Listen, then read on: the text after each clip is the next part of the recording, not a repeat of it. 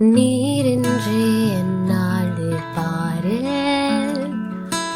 ஏதும் நான் செய்திட இயலே சீர்பீரே வழுவாது என்னை காத்து காய் நீரத்தே கல்வாரே நண்பினே கண்டு விரைந்தோடி வந்தே கல்வாரே நண்பினே கண்டு விரைந்தோடி வந்தே கழுவும் உன் திருரத்தத்தாலே கரை நீங்க இருதயத்தை கழுவும் உன் திருரத்தத்தாலே கரை நீங்க இருதயத்தை. Praise the Lord. கர்த்தரும் இரட்சகருமாகிய இயேசு கிறிஸ்துவின் நாமத்தில் உங்கள் யாவருக்கும் என் அன்பின் வாழ்த்துக்கள். பிரியமானவர்களே, ஒரு அருமையான பாடலை கேட்டோமாம். பலிபீடத்தில் நம்மை ஆண்டவருடைய சன்னிதானத்தில் நம்முடைய ஆவி ஆத்மா சரீரத்தை படைப்போம். பக்தனாகிய பவுலின் மூலம் பரிசுத்தாவினர் எழுதி வைத்திருக்கிறார். உங்கள் சரீரங்களை ஜீவபலியாய் தேவனுடைய சன்னிதானத்தில் ஒப்புக்கொடுங்கள், அதுதான் நீங்கள் செய்யத்தக்க புத்தியுள்ள ஆராதனை என்று ரோமர் 12:1 சொல்கிறார். அன்பு ரட்சகர் இயேசு கிறிஸ்து சொன்ன ஒரு வார்த்தையின் நினைவுக்கு வருகிறது.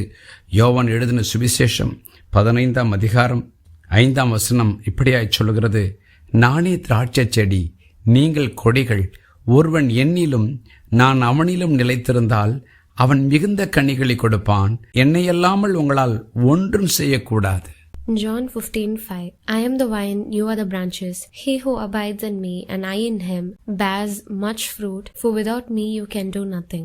பிரியமானவர்களே, இயேசு ரட்சகர் தம்முடைய பிள்ளைகளை பார்த்து சொல்கிறார், நான் திராட்சை செடியாய் இருப்பதினால், நீங்கள் என் கொடிகளாய் இருப்பதினால் என்னாலே அன்று உங்களால் ஒன்றும் செய்யக்கூடாது. ஆகவே என்னில் நிலைத்திருங்கள். ஒவ்வொரு நாளும் என்னிடத்தில் இணைக்கப்பட்டவர்களாய் சத்துவத்தை பெற்றுக்கொள்ளுங்கள் என்று சொல்கிறார். நீங்களும் நானும் வாழ்கிற உலகம் பொல்லாங்கனுக்குள் கிடக்கிறது என்று வேதம் சொல்கிறது. எல்லா பக்கத்திலும் இருளின் ஆதிக்கத்தை நம்மால் பார்க்க முடிகிறது. ஆனால் ஜீவ ஒளியாகி இயேசுவை பின்பற்றுகிற நமக்கு ஒரு ஆசீர்வாதத்தை வைத்திருக்கிறார். திராட்சை செடியாக அவரிலே கொடிகளாய் நாம் இணைந்திருக்கிறோம். நமக்கு வேண்டிய அத்தனை சத்துவங்களும் அவர் இரவும் பகலும் நமக்கு தருகிறார். நாம் ஜாக்கிரதையா இருக்க வேண்டிய ஒரே ஒரு காரியம், அவரோடு நிலைத்திருக்க வேண்டும். அவரோடு நிலைத்திருக்க வேண்டும். ஒருவேளை ஒரு உடலிலே ஒரு குறிப்பிட்ட பகுதிக்கு இரத்த ஓட்டம் இல்லாவிட்டால் அது செயலற்று போவதைப் போல, கொடியில் செடி நிலைத்திராவிட்டால் அது வறண்டு போய் காய்ந்து போவதற்கு ஏதுவாக மாறிவிடும். இன்றைக்கும் ஆண்டவரே, உம்மாலன்றி என்னால் ஒன்றும் செய்ய முடியாது என்பதை அறிந்திருக்கிறேன். ஆகவே என்னை உம்முடைய பலிபீடத்தில் ஒப்புக் கொடுக்கிறேன். என்னை பரிசுத்தப்படுத்தி உமக்குரிய பாத்திரமாய் வணைந்து நீர் விரும்புகிற ஒரு மனிதனாய் மனுஷியாய் என்னை மாற்றும் அப்பா. என்னை உம்மோடு இணைத்துக் கொள்ளும் என்று சொல்லுவோம்.